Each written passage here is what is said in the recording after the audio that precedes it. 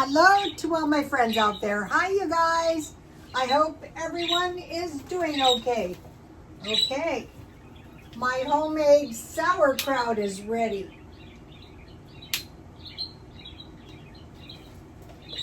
I knew there was a way to easily make this. So this is more like a fermented food than anything, and that is what I wanted to learn how to do.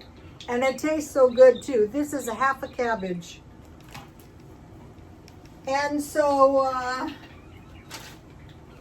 all you need is 4 cups cold, icy cold water and 2 tablespoons salt. You mix that up together. That is the brine. Then mix the brine, cut the cabbage, pack in jars, sterilized with boiling water, press under brine with some leaves on top, 3 to 4 days, and then refrigerate it.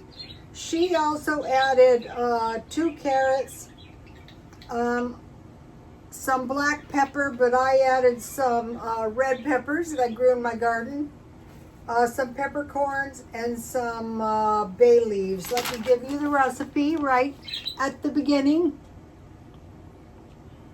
so you can take a screenshot. All you need to know is the brine. So once I get this fermented food figured out, this is why we need to stockpile salt. That's all you need. Okay, so I made a tasty order of French fries to go with my kraut dogs. Yummy.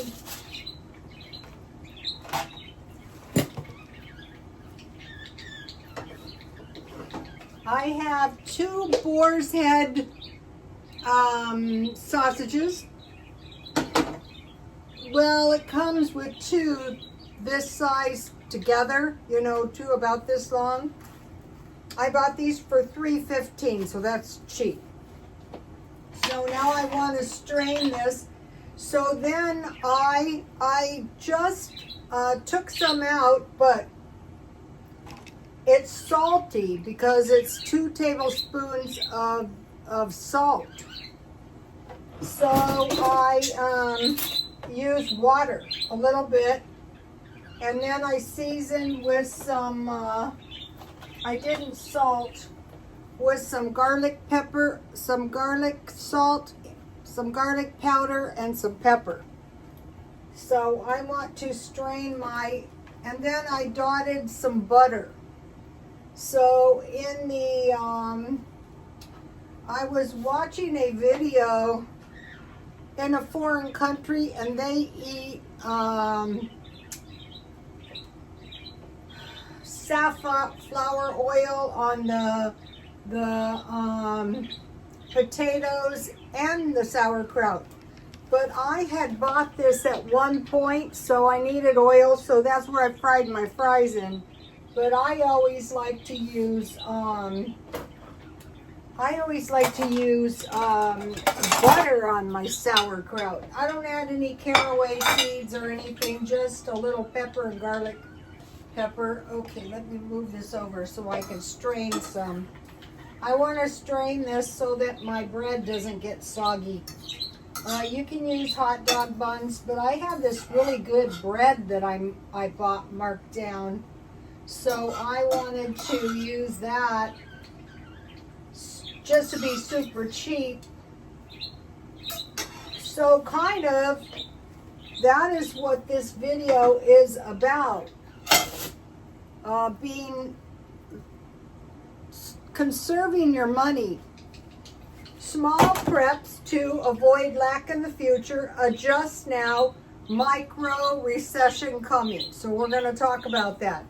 So I have homemade sauerkraut. So I have the sausage to make sausage dogs. In ancient times, it was sauerkraut, boiled eggs, spices, and vinegar. So I didn't use any spices to speak of. So see, I had this good bread that I got very, very cheap. And I want to put a little bit of butter on my bread so that my bread doesn't go soggy. Okay, so I made deviled eggs. I still had eggs left. I had some eggs from the food church that I went to. Still eating that down. So I am looking forward to eating this. And so fries are really cheap to make, not so cheap to eat out. Oh, I found out senior coffees on the McDonald's app, it says no refills, but in the McDonald's I go to, they said sure, you can get three refills. So, you know, if coffee gets expensive, and I heard that the McDonald's coffee is a good, I was there today, a good quality coffee. All right, so let's see. I think I'm going to cut my sausage. So, you know, what they're saying is, oh, the sauerkraut looks so good. Take a look at this. You want something done right, you've got to make it yourself. And it's cheaper. The good sauerkraut is really expensive if you buy it out. I don't know why it's not expensive to make it. Because that is why. All right. So we have our sausage. We have some sauerkraut. That should do it. We have a boiled egg. So if you buy your meat made marked out, sausages aren't that cheap, but I mean cabbages. Okay, now you could have ketchup, or you could put the fries on top. And then for the vinegar, so it was sauerkraut, boiled eggs, spices, and vinegar. So I have these really good pickles.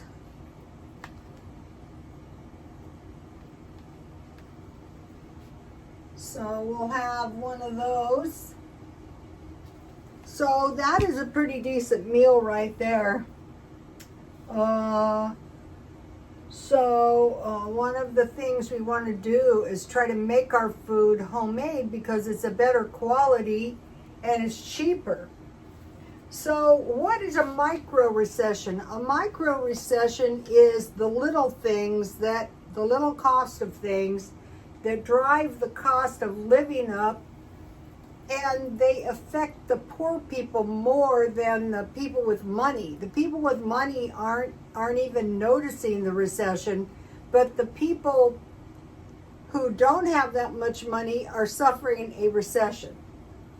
But here we go. So I'm going to talk about this in a minute. So I think this is going to be pretty good. Let me taste this. So here we go.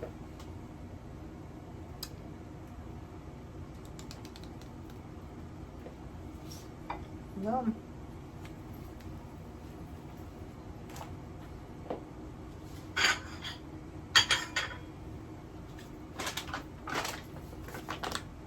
I put the Himalayan pink salt on my fries. And remember I bought this? Well, I forgot that this had the Bougamon green oranges from Italy. This is so much better. It's still only 4 cups is still only I used 2 tea bags, so they'd be 20 cents for the good stuff. I forgot how much better the good stuff was than the but so much better than Dollar Tree. You don't even need coffee creamer for this stuff. The minute I brewed it, I smelled the Bougamon orange, and I go, oh yeah, I forgot where this stuff was.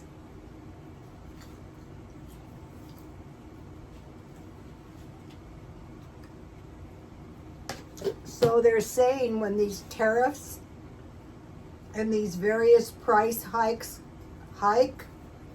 there's going to be a micro recession. So what we want to do is adjust in a micro way, a little way. Think of a macro as like the whole economy is doing fabulous, but on the micro level, the prices are going up on basic things. So now what I did, and you guys have seen me, is the senior discount shopping and discount shopping at grocery outlet. And I do that on Tuesdays. I don't know if I'm going to go this Tuesday because I really don't need anything. Then I did dollar shopping when I was at grocery outlet, and I put, just to show you, this is the $13 worth of food I bought, and I put it in a box. So, dollar shopping. Now the food pantry. In some places, the food pantries are reporting they're having shortages of food, but out here I don't see that the 2 times I went. They have food churches and food pantries and food banks. Some of them give you like a month's worth of food, but out here you could easily go 2-3 times a week if you need it. And then I go to Ralph's and I get marked down meat, bread. Okay, they're saying meat and bread are up 40%. And I get dairy, and then the produce, so the potatoes and all the fruit, that's another thing they're saying is going up. Now this is strange. They say the meat and the bread is going up 40%, but the produce is only going up 39%. It's gone up 39% from June to July. I noticed like a bag of grapes for $10. And then the deli. So I got the boar's head sausages in the deli, and what I started doing is shopping around for deli meat, lunch meat, any boar's head stuff I could get. So Ralph's is where I got the markdowns. Then, if you remember last month, I did 30 low-cost items for about $30, and I put those in a box. So I wanted to start that over again. So today I went to Dollar Tree because I needed a few things, but I'll show you what I got for. And so the $30, the 30 low-cost items are for next month or the month after. So while I was at Dollar Tree, I got another one of these spaghetti sauces. I find these to be really good for $1.25. I thought this stuff would be pumpkin spice coffee creamers, no calories. And then these are new. These are good. I already ate 2. Sweet and salty peanut bars. Okay, so that was good. That's the only, so I got 3. Every time I go to the store, if I find like a dollar item, I pick it up to add to this box to get to 30 items by the end of the month. One of the things I was looking for was ibuprofen, because they said if you're trying to, I asked the AI, if you're trying to withdraw off caffeine, you can use the ibuprofen. So what I've been, and they said taper off. So what I've been doing is I'm trying to stop drinking caffeine in the late afternoons, and that way I'm going all the way till the next day. And there's only a 19-hour half-life on caffeine. So I got one for $1.20, and then I switched from sleeping pills to like a Benadryl from Dollar Tree. And then I got a Super B complex vitamin. I can't find multivitamins. Okay, I wanted to mention this Dollar Tree macro for $1.25. I've come up with something here. Macro wrapped in lettuce leaves, put carrots and balsamic vinaigrette dressing. So like a little sandwich. I go, yeah, that sounds so much better than, trying to heat it. You have to watch it because this stuff can have some bones, some serious bones. And then at Dollar Tree is where I get the SOS pads. I bought a box of SOS pads for $5. Everything's $5, $10. So that if you're going by, and then I got some makeup removing things. I use those. What are these things called? Wipes. And then you may have noticed that I use a lot of rubber bands. I close everything. One of my sisters closed, she's a teacher, she would close everything with paper clips. And then I got some paper clips because those can come in handy and I needed some. And then I got rubber gloves. That's another thing. They're expensive if you don't get them at Dollar Tree. And what I really needed was aluminum foil, and it's $1.75 now. So I just got a few items. I think I got a few other items, $24, and that's what you call cheap. So imagine if you were paying full price for this stuff. So in a month, and I got, I want to mention this stuff. This, if you've never tried it, this stuff is really good for cleaning your toilets, for cleaning your grout, one of these, and these are nice. Okay, I love these. These are really good. Like, I have a very small floor in here, so these wring out almost to dry, and I can wipe my floor down and then put some wood cleaner on it. So these are great. Dollar Tree. Okay. So 30 low-cost items. And then the garden. The garden is really good.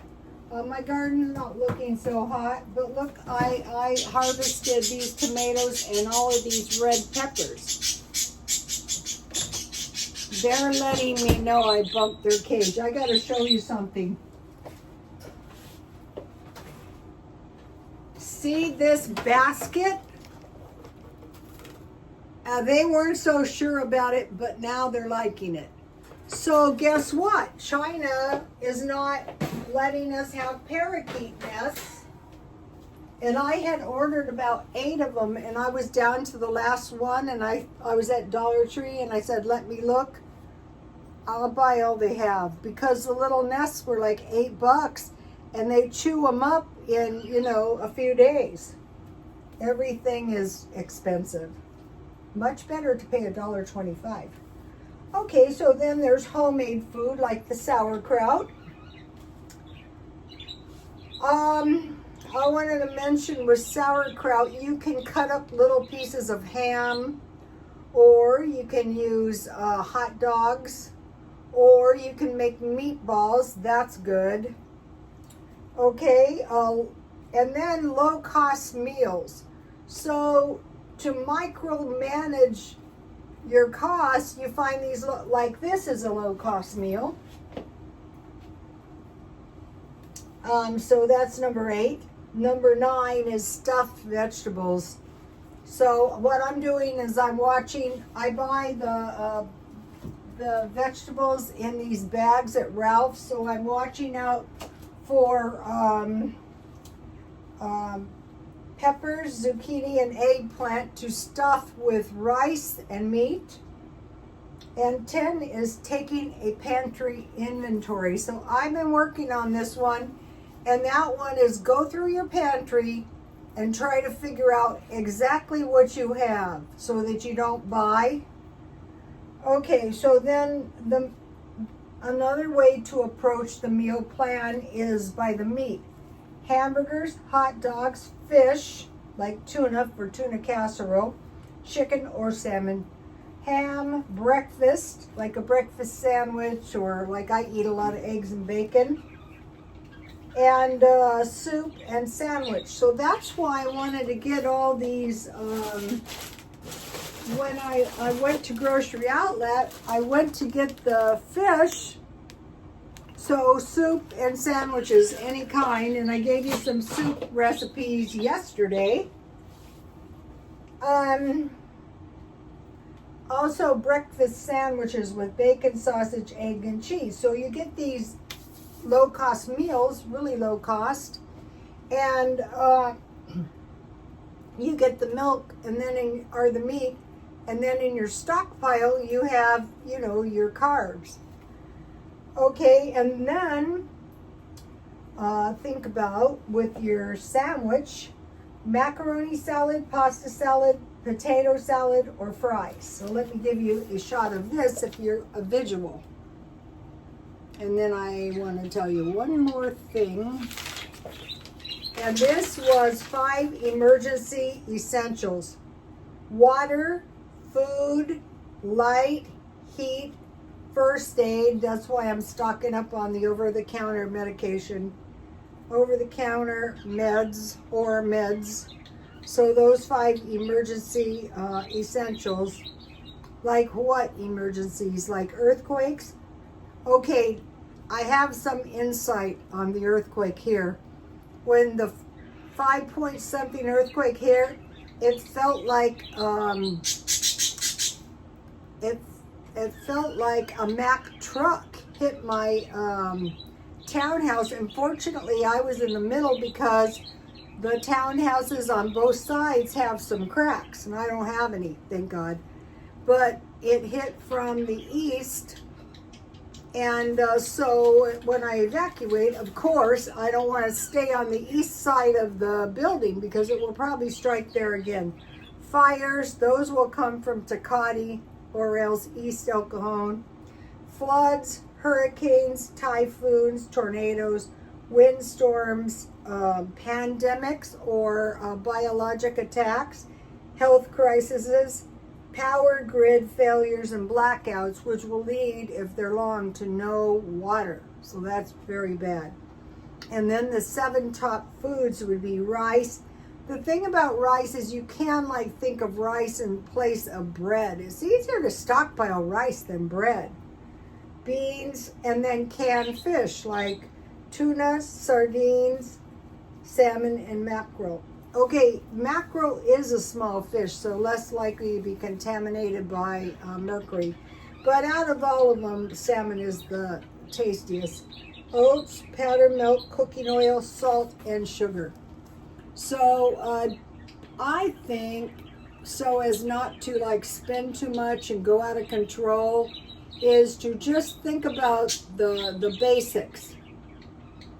And then other than that, I stockpile cans, and then I have my freezer. I'm packing it with meat and cheese. And if the power goes out, I have salt, so I can salt my meat and try to save some of that. So you need salt. Okay, you guys, I'll see you tomorrow. Please like, comment, and subscribe. And God bless you all. Bye.